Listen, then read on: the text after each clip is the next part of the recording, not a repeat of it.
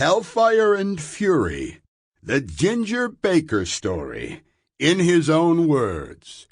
Written by Geoffrey Giuliano. Narrated by Geoffrey Giuliano.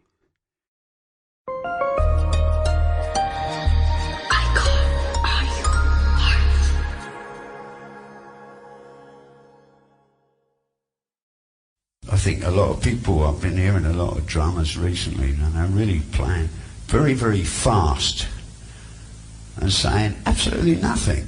I mean, it's all... And the end result is, what did he say? You know, if you're playing the drums, the most important part, and this Baby Dodds brings up, of a drummer, is to complement the other guys you're playing with. What you play can make a musician not only sound better, it can make him play better. You know, and that's the most important thing. You don't get on a gig, like, and you want to play, you've been practicing and you've got this riff, right, and you're just waiting to when you can put this singing. That's nothing. It doesn't mean anything. One beat can sound better than 25 if it's put in the right place. That's what drumming's about. You're there. You're the timekeeper, but you're also, like, what you play, the pattern you play, can make the other musicians play better and sound better, and that's what you should do. You should play by listening to the other guys and play to complement what they're playing.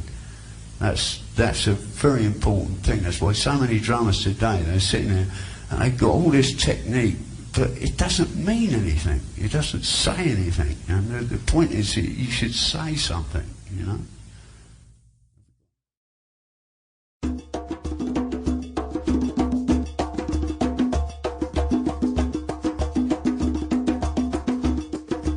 Welcome to Ginger Baker in Conversation.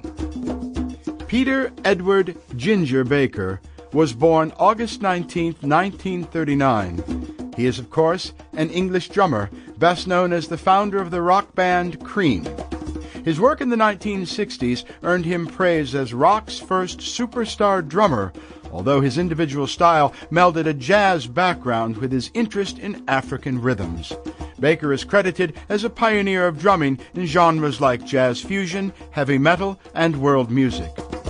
Now, Baker began playing drums at age 15 around 1954, and later took lessons from Phil Seaman. In the 1960s, he joined Blues Incorporated, where he met bassist Jack Bruce. The two clashed often, but would be rhythm section partners again in the Graham Bond organization and Cream, the latter of which Baker co-founded with Eric Clapton in 1966. Cream achieved worldwide success, but only lasted until 1968, in part due to Baker's and Bruce's volatile relationship. After briefly working with Clapton in Blind Faith and leading Ginger Baker's Air Force, Baker spent several years in the 1970s living and recording in Africa, often with fellow Ransom Kuti, in pursuit of his longtime interest in African music. Among Baker's other collaborations are his work with Gary Moore, Masters of Reality, Public Image Limited, Atomic Rooster, Bill Laswell, jazz bassist Charlie Hayden, and another personality-led effort, Ginger Baker's Energy.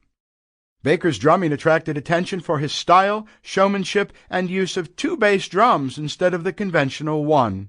In his early days, he performed lengthy drum solos, most notably in the Cream song Toad, one of the earliest recorded examples in rock music. Baker, too, is an inductee in the Rock and Roll Hall of Fame as a member of Cream, and of the Modern Drummer Hall of Fame in 2008, and of the Classic Drum Hall of Fame in 2016.